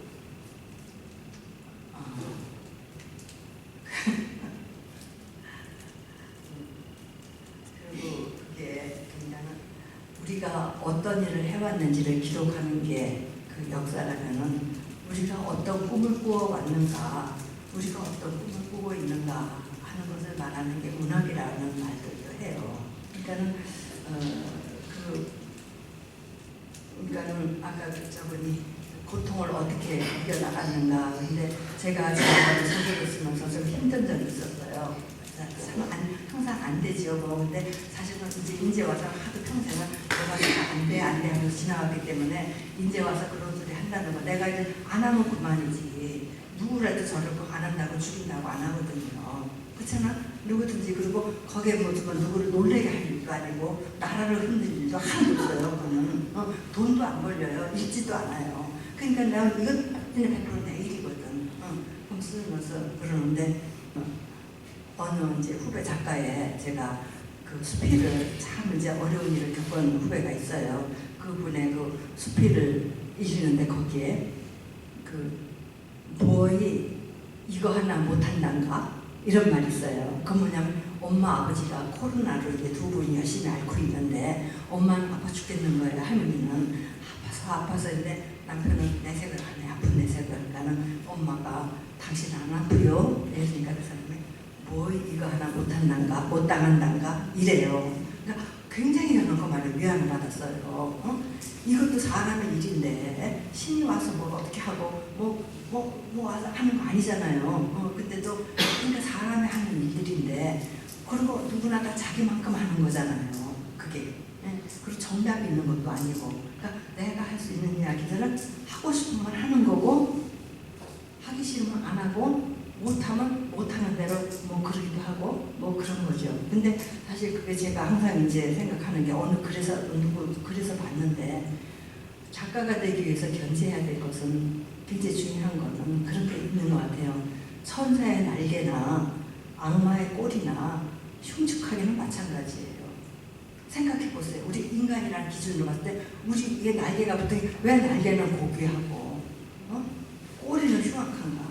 이미지들이거든요. 우리가 오랜 세월 속에 기억했던 이미지들이에요. 그게. 그러니까 작가의 입장이라는 거는 뭐를 고귀하다고 그쪽으로 막 그럴 것도 아니고 뭘 흉측하다는 어떤 그 편견과 고정관념과 이런 걸 버리라는 거죠. 그러니까 결국 그런 작가가 되기 위한 어떤 요건으로는 항상 어떤 곳에 자기 입장을 두지 말라는 거예요. 그러니까 자기 이 마음을 항상 지성에 다니는 한 길로 비워두라는 거. 그리고 어떤 그 애매한 것에 머무를 수 있어라. 그건 뭐냐면 복합적 사고를 하라는 거죠. 이거 옳고 이건 해. 그런 거야. 이게 아니라는 거죠. 그걸 균형 있게 볼 수 있는 어떤 그런 시각을 가져라. 그것이 작가로서의 태도다. 이렇게 얘기를 하고 또 질문 있습니다. 네. 아마 그 질문 주신 분께서는 글쓰기라는 것이 보통이 많이 습관되는 얘기예요. 우리 작가님들 건강관리 그런 염려를 하시고. 아, 건강관리는요. 저는 그냥 뭐 배우는 걸 너무 싫어하고 또 사실은 살다 보면 저는 살림도 하고 뭐 그냥 제가 진짜 밥을 평생 한 게 1톤도 넘을 거예요. 1톤, 한 10톤, 10톤까지는 아니어도 평생 밥해 먹고 사는 사람이니까 그랬는데 시간이 잘 없어요. 시간 내서 뭐 운동을 갖고 뭐 이렇게 하면서 그리고 못하게 뭘 하다 보면 내가 글 쓰고 책을 봐야지 이걸 할 시간이야 뭐 이런 생각들 때문에 자기 일을 가지고 사는데 항상 뭘 지속 못하는 게 그게 무슨 나태함이나 의지박약이라고 남을 할 일은 아니에요. 뭐 이래서 그런데 걷기는 배우지 않아도 하잖아요. 그러니까 이제 꼭 하루에 이제 1시간 반 정도를 걸어요. 아마 건강관리는 염려 안 하셔도 될 것 같습니다. 다음 질문에 큰 목소리가 선생님이 뵙게 돼서 무척 영광입니다. 아까 말씀 중에서 끝없이 고치고 고친다고 말씀하셨습니다. 그러다 보면은 저 같은 경우에는 써놓고 이거를 내놓지 못하고 계속 감춰놓는 그런 습관이 생겼습니다. 그래서 이제 여쭙고 싶은 것은 선생님께서는 글을 고치고 고치다 보면은 다른 방향으로 글이 흘러가거나 아니면은 그러다 보면은 뒤에 말을 고치고 나면은 앞에 것을 고쳐야 되고 그런 적이 없으셨는지. 그리고 또 한 가지는 아까 이제 말씀하셨지만은 글을 쓰고 나서 세상에 내놓고 나서 그런 출판을 하고 나서 다시 내가 그 글을 읽어보시는지 아니면은 그 읽었을 때 내가 왜 이렇게 했을지 하면서 후회하신 적은 없으셨는지 여쭙고 싶습니다. 아, 그건요. 고치고 고치면서 다른 방향으로 가게 되는 거는 거의 많은 사람들이 겪는 것 같고요. 또 기대도 하죠, 사실은. 그게 그러니까 결국은 그렇게 하고 그거를 저 같은 경우는 참 못 내놔서요. 소설을 내 손에서 뺏어가기 전에는 못 내놔요. 미흡함 때문에라든지 너무 듣고 구멍이 보이기 때문에 그거는 많은 작가들이 겪는 일을 갖고요. 한 번은 어쩔 수 없이 내야 되기 때문에 내고서는 그때 제가 중앙일보에서 나오는 그러니까 기간제다 원고 주고서는 나오면서 그게 서울의 순화동에 있는데요. 덕수궁 옆이에요. 원고를 주고 나서 덕수궁에 들어와가지고 2시간을 울고 들어온 적도 있어요. 그렇게 부끄럽고 원고 나오는 날은 나는 죽는 날이야 라든지 뭐 이딴 생각들 나이가 좀 먹었는데도 그랬어요. 그때가 꽤 소설을 좀 썼을 때인데도 근데 사실은 발표가 되고 책이 나와도 아무 일도 안 일어나요. 그리고 뭐 그냥 그리고 또 이게 그렇게 하고 저는 이문열 선생 같은 경우는 그 전에 얘기 들었는데 단편 소설 하나 쓰면은 6권이 나온다고 합니다. 그러니까 그래서 지금은 이제 이 컴퓨터가 그렇게 고마워요. 그러니까 이제는 넣고 빼기를 자유롭게 하잖아요. 그때는 원고를 처음부터 또 다시 써야 되고요. 그러니까 또 자기 글에 대한 어떤 수강심이랄까 어떤 낭만주의 때문에 어느 여성 작가 선생님들은 옛날 분들 저한테는 옛날 분이 아니에요. 박하선 선생이라든가 뭐 박경희 선생 이런 분들은 원고지를 오려서 거기다 붙였다고 합니다. 그리고 그때 원고지들을 이렇게 보면은 끌어내가지고 막 고쳤으니까 교정원들이 애를 좀 먹죠. 근데 6벌, 그러니까 6벌이 다 닳는 거예요. 초고로부터 이제 완성품까지가. 그렇게 이제 고쳐요. 이제 어떤 사람은 자탄하잖아요. 이게 그냥 고치는 게 작가의 일이다. 한 번 써놓고 고치고. 그러니까 아까 제가 말씀드린 것처럼 이쪽에서 불을 뚫어서 마주 뚫은 것에 그 길로 나오라는 보장은 아무것도 없고 안 나와야 되고. 그러면 그렇게 됐고 제가 첫 작품집을 내놓고요. 창작집을 내놓고 너무 부끄러워서 그러니까 첫 창작집을 내는 사람들의 마음이 다 그런 것 같아요. 부끄러워가지고 막 이랬더니 한 친구가 얼굴에 미제 철판을 한 손가락 깔어. 괜찮아. 그러더라고요. 근데 첫 번째 얘기 드리고 이제 그러니까 그 전에 우리 때는 더구나 또 한참 오래전 얘기니까 소설 쓰는 여자들은 광화문 내거리에서 빨개 벗고 서 있는 거나 똑같다는 거예요. 굉장히 유치한 문학관이죠, 그게. 그러니까 그런 작가와 그거를 그 동일시하는 주인공과 작가를 동일시해가지고 그런 식으로 뭔가 이상할 거라는 생각 때문에 뭐 이렇게 생각을 하는 거죠. 근데 사실은 그 프로가 된다는 거는 그런 걸 다 벗어버리는 것들, 그리고 자기 글에 대해서 부끄러움을 갖지 말고, 저도 어떤 소설들을 쓰면서 아직도 그래요. 그래서 그 힘을 얻는 게 글을 만나 뭐 들었는데 자기 자신에 대한 무한한 신뢰와 무한한 사랑을 가져라. 그거 없으면 못해요. 이게 부끄럽고, 그리고 우리가 항상 기준으로 삼는 거는 아주 좋은 소설들이잖아요. 것들이. 근데 그냥 꾸벅꾸벅, 그러니까 그냥 지금 생각은 그냥 나만큼 한다. 내가 본 세상, 내가 들은 이야기, 내가 본 것들에 대해서, 그리고 좀 더 이걸 다르게 볼 수 있지 않을까? 이거 말고 또 어떤 다르게 보는 시각도 그게 자기 성숙이죠. 그러니까 씀으로써 비로소 우리는 사용하게 되는 뭐 그런 존재들인 것 같은 생각이 들고요. 또 뭐가 있었어요, 질문이? 내용 됐습니다. 아까 말씀하셨기 때문에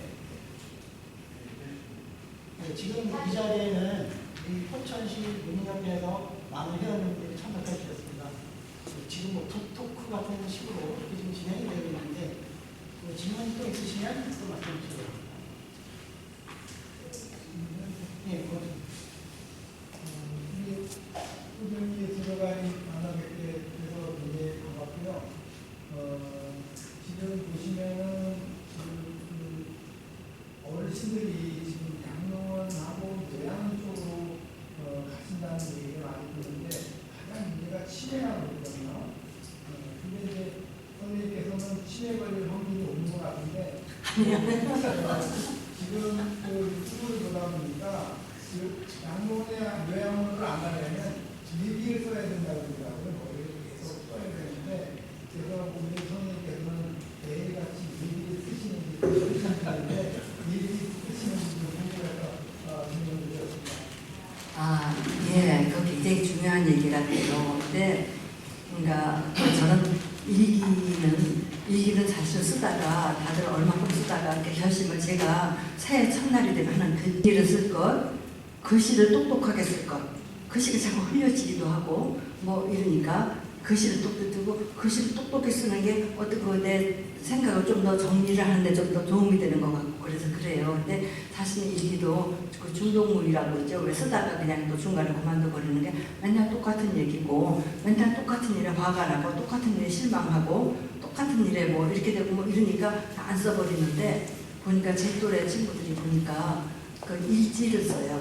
일기보다도 그날 내가 누구랑 만났고 뭘 먹었고 그러면 이제 기억에 점을 찍어주는 거죠. 하나씩 이제 어떤 거 나날에 아니면 다 없어지잖아요. 사실.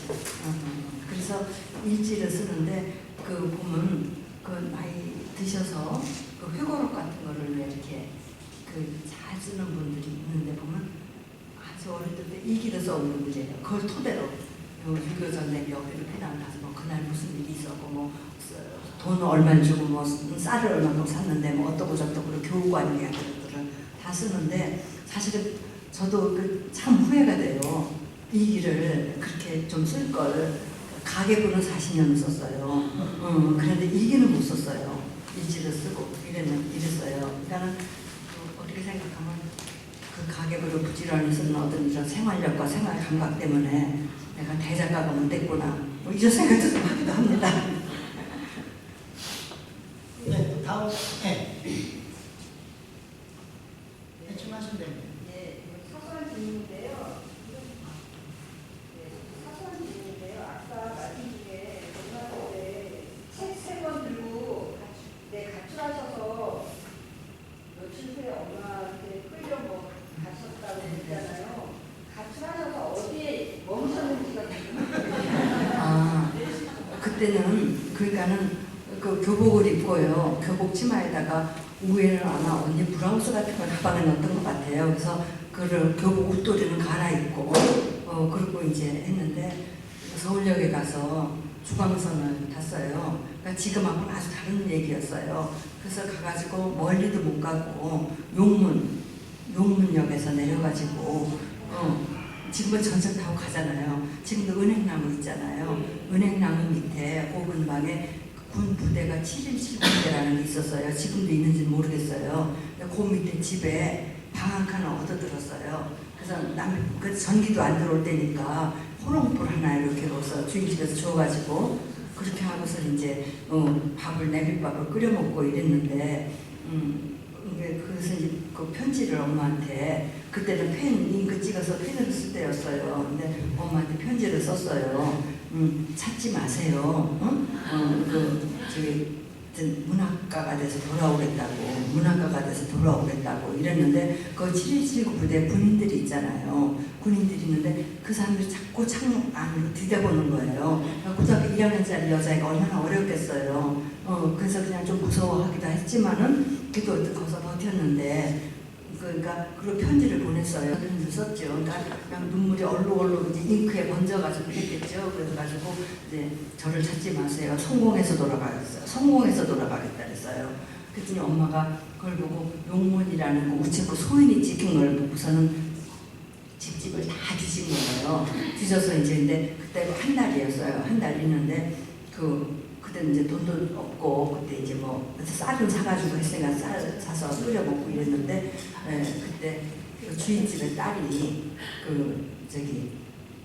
다니러 왔어요. 어디 객지에 나가 취직을 했는지 아마 춘천이었던 것 같아요. 그러면서 저한테 춘천에 인성병원이라는 데가 있는데 거기에 간호조무사로 취직을 시켜주겠다 그래요. 자기를 따라가자고. 그래서 그럼 그러자 이래가지고 이제 따라가기도 한 날 아침에 엄마가 들이닥친 거예요. 그래서 제가 하는데 제가 참 진짜 그건 이상한 게요. 저는 춘천에 어디 붙었는지도 모르고 저는 뭐 서울에 살았으니까 그랬는데 제가 결혼하고 남편이 춘천 사람이에요. 그래서 남편이 춘천에 직장이 돼서 왔는데 애 없고 저는 따라왔지요. 그때 첫애 낳고 따라와서 보니까 인성병원이 있는 거예요. 춘천에서는 아주 오래된 병원이에요. 좀 크기도 하고 오래된 병원인데 그걸 볼 때마다 내가 그 열몇 살 때 저기 와가지고 간호조무사를 할 뻔했구나. 저로 취직해서 그리고 또 다른 인생을 살게 되는 거죠. 아주 묘한 생각에 사로잡히고 그랬던 적이 있습니다. 그래서 네, 오늘 주제가 문학과 생활이니까 이 범위 내에서 자유롭게 질문을 주셔도 될 것 같습니다. 시간이 아직 좀 여유가 있어요. 그러니까 생각하시는 질문 말씀해 주시면 되겠습니다. 네, 맞습니다. 여태까지 말씀하신 중에 좀 나온 것 같기도 한데 그리고 조금 더 한번 좀 여쭤보고 싶은데 그 소설의 문장이나 문체가 굉장히 뛰어나도 대체로 많은 독자들이나 평자들이 좀 이야기를 하고 특히 이제 아주 수학적이라든지 비유라든지 이런 게 아주 열기를 하고 치밀하고 섬세해서 놀라는 경우가 많은데 그런 문장들은 좀 대체로 그냥 이렇게 좀 자연스럽게 나오는 편입니까? 아니면 굉장히 정말 고심하고 막 어렵게 정말 이렇게 고심 같은 나오는 그런 문장인지 한번 좀 여쭤보고 싶습니다. 근데 오에어 겐자브로라는 그 일본 작가가 있잖아요. 그분은 그 작가가 되는 자질이랄까 뭐 이런 것으로 어떤 자기의 문체를 가질 수가 있는가라는 것과 이야기를 만드는 능력이 있는가 그 문체와 이야기를 굉장히 중요하게 얘기했어요.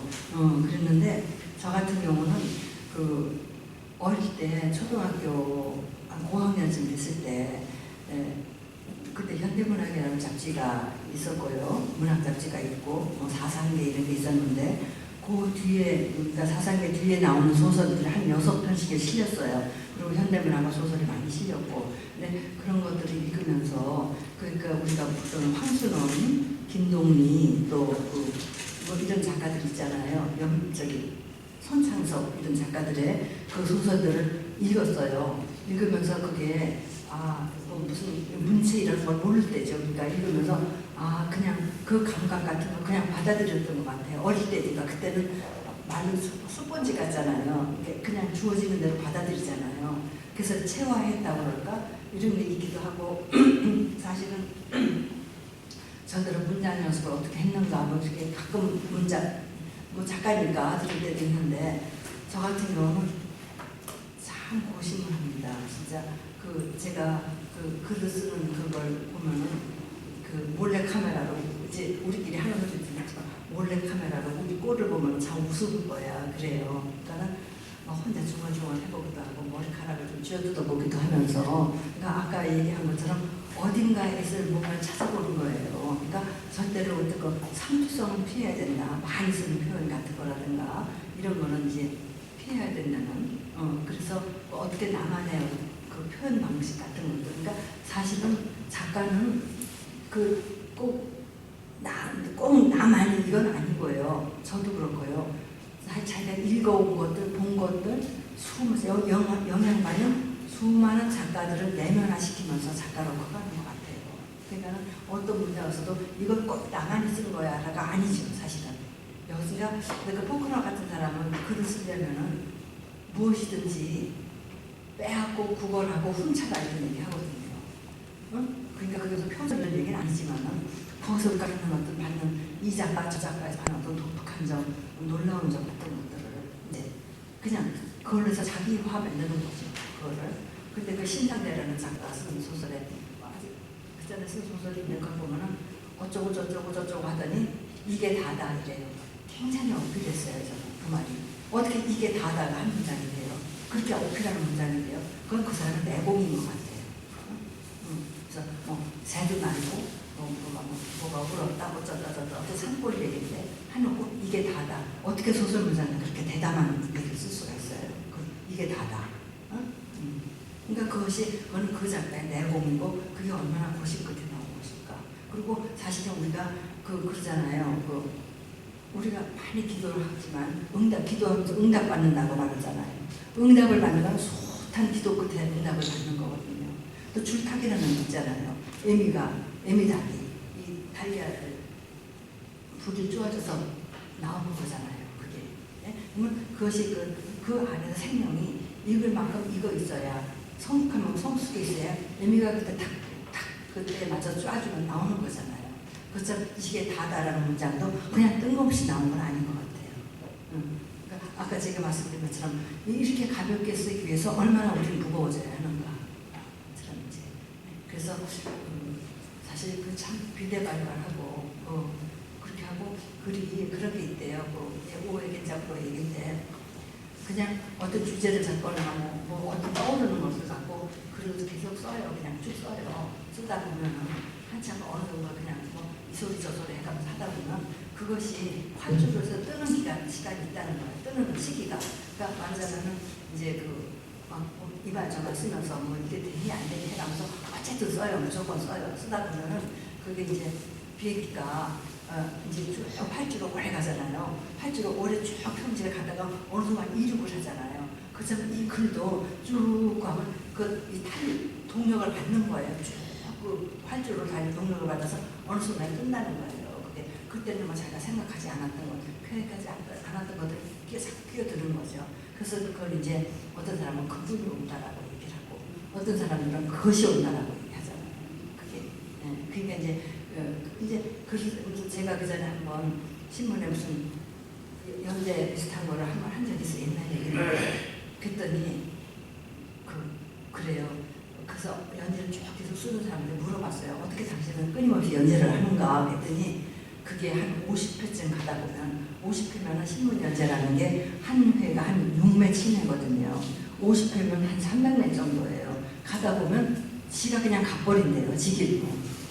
그러니까 그때까지가 그렇게 힘들고 박한쌤 같은 경우도 초를 원고 쓸 때는 앞에 한 몇 장은 그냥 찍고 버리고 그분은 어떤 분은 천의 무공이니 병에 물을 거꾸로 쏟는 듯이 시원하다느니 이렇게 김익 선생 같은 분은 박한 선생의 작품에 대해서 그렇게 칭찬을 하거든요. 근데 병에 물을 거꾸로 쏟는 건 한 번에 손대는 게 아니죠. 천의 무공, 옷에 바느질장 넘기지 않고 옷 만드는 거, 뭐 이런 것들 그거는 그 양반이 독자들이 보지 않는 어떤 혼자만의 해서 계속 찍고 버리고 구겨 버리고 이 과정을 그러니까 부분이 계속 그렇게 하다 보면 뚫리는 거예요. 우리가 뭐 구멍 안 뚫릴 때 왜 그러니까 막에 뚫어주듯이 그런 거라고 그러더라고요. 그러니까는 그 어느 작가도 어떤 자기만의 비법은 없어요.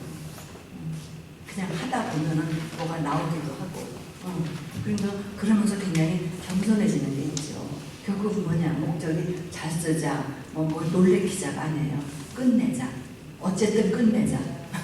거기까지 가는 거죠. 아마 그 작가 선생님이 느끼셨는지 모르겠는데 질문을 주신 분은 질문을 아마 예상도 안 했을 겁니다. 제가 기억하기로 근대대학교에서 강의를 선언을 해주셨던 걸 제가 기억을 하는데 네. 또 다음 또 질문 있으실까요?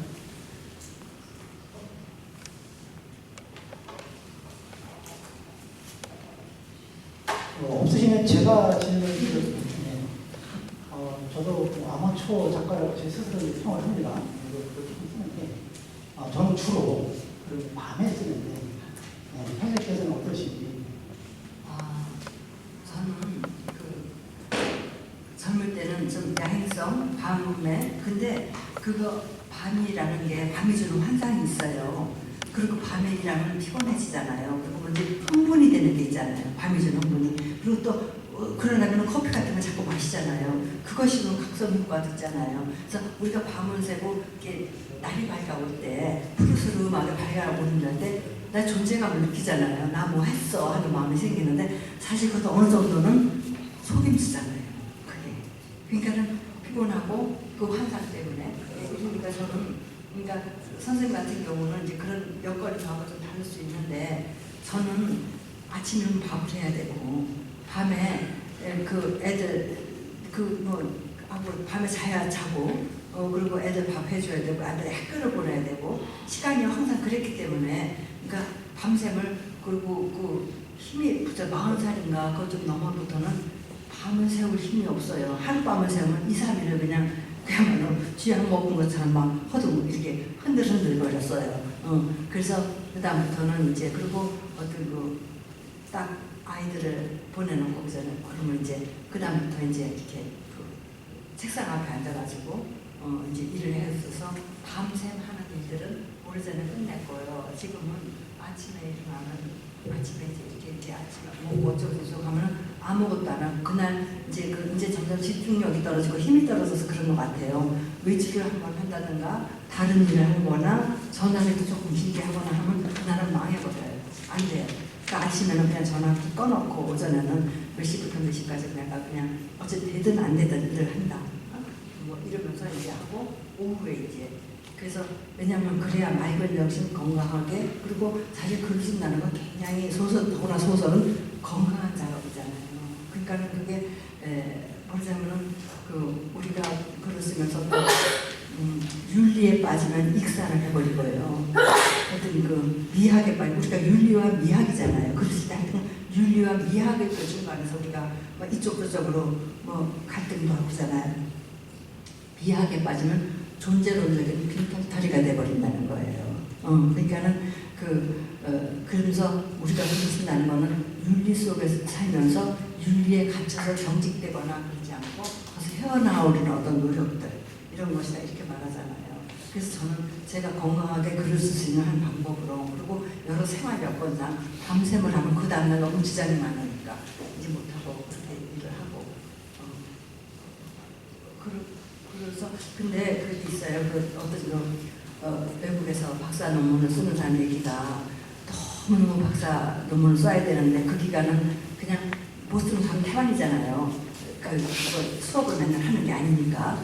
그래가지고 어제 자기 시간 관리하고 자기 작업을 자기가 관리해야 되는데 너무 힘드니까 어느 대학에서 공고를 냈대요. 모집을 그러니까 박사 과정 논문 쓰는 사람들을 얼마씩 내고 이제 등록을 해라 원하는 사람은 그러니까 하면은 어떤 방법을 하냐 하면은 이제 이런 방에 집어넣고요 핸드폰도 뺐고요 책 아무것도 못 갖고 들어가게 하고 딱 이제 노트북 하나만 갖고 들어가는 거예요. 노트북 하나만 듣고서 쫙 앉아라 해가지고 쭉 앉고 이제 조그로 가지고 하나 앉아 있겠죠. 그러면서 아무것도 못 보게 한다는 거예요. 왜냐하면 이미 너희들이 쓸 거는 네 머릿속에 다 있다. 그러니까 이제 이것만 바라보고 해라. 50분 시간 딱 준대요. 50분 동안은 되든 안 되든 그냥 그걸 보고 있는 거예요. 그러다 보다면은 일찍 울려가지고 이제 10분 휴식이죠. 어쨌든 그때는 방을 비워야 돼. 나가서 담배를 피우든 차를 마시든 몇 발자국 걷든 해야 돼. 그래서 또 이제 일찍 울려서 이제 또 들어와요. 들어와서 또 이제 50분, 또 10분 나가서 하고 이렇게 되면 보호랭도 쓰게 된다는 거예요. 우리가 사실 하다 우리가 그래서 논문을 완성했다는 얘기를 듣고 어머 그 방법 괜찮네. 나도 좀 해봐야 되겠다. 이런 생각을 했거든요. 근데 그러니까 아무것도 우리가 사실은 해차를 많이 해요. 뭘 쓰다 보면은 뭐 참고로 이것도 찾아봐야 돼, 이것도 확인해야 돼. 컴퓨터 켜가지고 이제 무슨 서핑도 하고요. 이래가면서 뭐 그러다 또 딴짓도 해, 또 홈쇼핑도 들어가 또 이러기도 하고 또 이러기도 하고 계속 이렇게 분산시키잖아요. 근데 그걸 원천적으로 차단을 시켜버리면 스스로 그게 그것도 자기 의지죠. 그래서 저도 어떨 때는 그 방법도 이제 50분 그러니까 물론 전화도 안 하고 또 이렇게 이런다. 그래서 네, 또 다른 질문 있으실까요?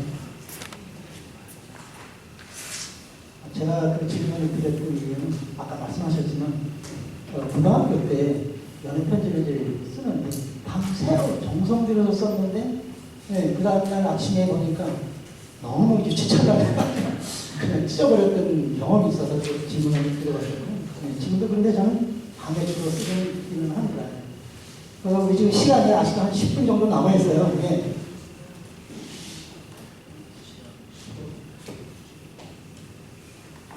안녕하세요. 저는 포천 시민기자하고 있는 박광봉이라고 합니다. 저는 이제 그 신문에서 가끔 기고문 원고가 들어오면 고민을 하는 부분이 있어요. 첫째는 도입 부분에 대해서 저는 글을 쓰면 도입 부분에 이게 앞으로 어떻게 전개될 것이라는 암시를 글을 앞에다 남기거든요. 그럼 독자들이 봐도 이 사람이 뭘 쓰려고 하는 게 아마 앞부분에 좀 대충 나와요. 근데 그거 앞부분에 쓰기가 상당히 힘들고 그래서 만약에 원고를 3일 전에 원고 요청이 들어오면 첫날은 이 도입 부분 쓰다가 찢어버리고 하다가 둘째 날 전부터 이제 쓰게 되는데 선생님은 이 도입 부분을 시작을 어떻게 하는지 그게 좀 궁금합니다. 네. 어떻게 보면요, 이렇게 신춘문예 심사 같은 걸 하다 보면 저희들이 이제 그 있어요. 신춘문예용 소설이구나, 뭐 시구나 이렇게 이제 판단하는 것이 있어요. 근데 뭐냐면 꽉 짜있는 것들, 응? 그리고 앞부분에서 뒤를 짐작하게 하는 거라든지 뭔가 복선을 그냥 이렇게 뭔가 아구를 맞춰놓는 것들이 소설로서는 괜찮아요. 그거는 그리고 우리가 그렇게 배워왔잖아요. 근데 우리가 보면 그 방법이라는 게 우리가 글을 쓴다는 거는 방법을 익히는 게 아니고요. 방법을 벗어나지 않은 어떤 그런 의도도 있거든요. 저는 엉뚱하게 아까 말한 것처럼 소설 문장 같지 않은 이게 다다 뭐 이렇게 할 수도 있고요. 이게 근데 저는 그런 데는 별로 구애받을 그러니까 그게 이제 어떤 그 점진적으로 개진해 나가는 게 있고 그 형식들이 있잖아요. 결론을 앞에다 놓고 그걸 풀어가는 방식도 있고 미과식, 두과식 뭐 이런 것들이 있는 것 같아요. 옛날에 배운 얘기지만은 그러니까 그냥 그것도 어떤 그 감각의 문제 같아요. 글을 자꾸 쓰다 보면 어떤 종류의 그 감각 같은 것들이 그러니까 어떤 사람들은 첫 문장을 보면 안다 이런 얘기를 해요. 그래서 김동민 선생님 옛날에 김동민 선생 같은 경우는 심사를 많이 한 분이기 때문에 그분은 원고지를 막 이렇게 두꺼운 원고를 받아도 앞에 5장만 보면 다 안 되는 거예요. 근데 제가 보면 아니에요. 저는 끝까지 보거든요. 그 중간에 끝에서 뭐가 나올지 몰라요. 그게 그러니까 이게 어떤 우리가 그러니까 그 기고문이라는 거는 소설하고는 다르잖아요. 다르기 때문에 사실 이 작가가 말하고자 하는 게 무엇인가만 분명하게 드러나면, 그러니까는 그리고 사실은 아주 연관성이 없는 건 아니지만 그것이 어떤 일종의 묘라고 할 수가 있는데 그 문장 속에서 전혀 엉뚱한 것 같은 문장인데 글인데 그것이 뒤로 어떻게 이렇게 이어져 가는 어떤 것들 그렇게 그렇잖아요. 그러니까 저 같은 경우도 거기서 뭐 어떤 사람들은 첫 문장에 모든 걸 말해준다 이런 소리 하는데 저는 그거 위험한 소리라고 생각을 해요. 그러니까 자기가 얘기하고자 하는 것들이 가운데 들어있건 뒤에 들어있건 근데 서로 너무 동떨어진 엉뚱한 소리만 아니면 어쨌든 괜찮지 않을까요? 네, 시간이 점차 돼가는 것 같습니다. 질문 한 번만 더 받도록 하겠습니다. 안 계실까요? 작가 선생님한테 양해를 한번 좀 구하고 싶습니다. 끝나고 나면 제 사진을 좀 찍어도 괜찮을 것 같아요. 말씀드린 대로 끝나면은 단체 사진부터 먼저 찍고 또 개별적으로 작가님과 사진을 찍고 싶으시면 그렇게 하시면 되겠습니다.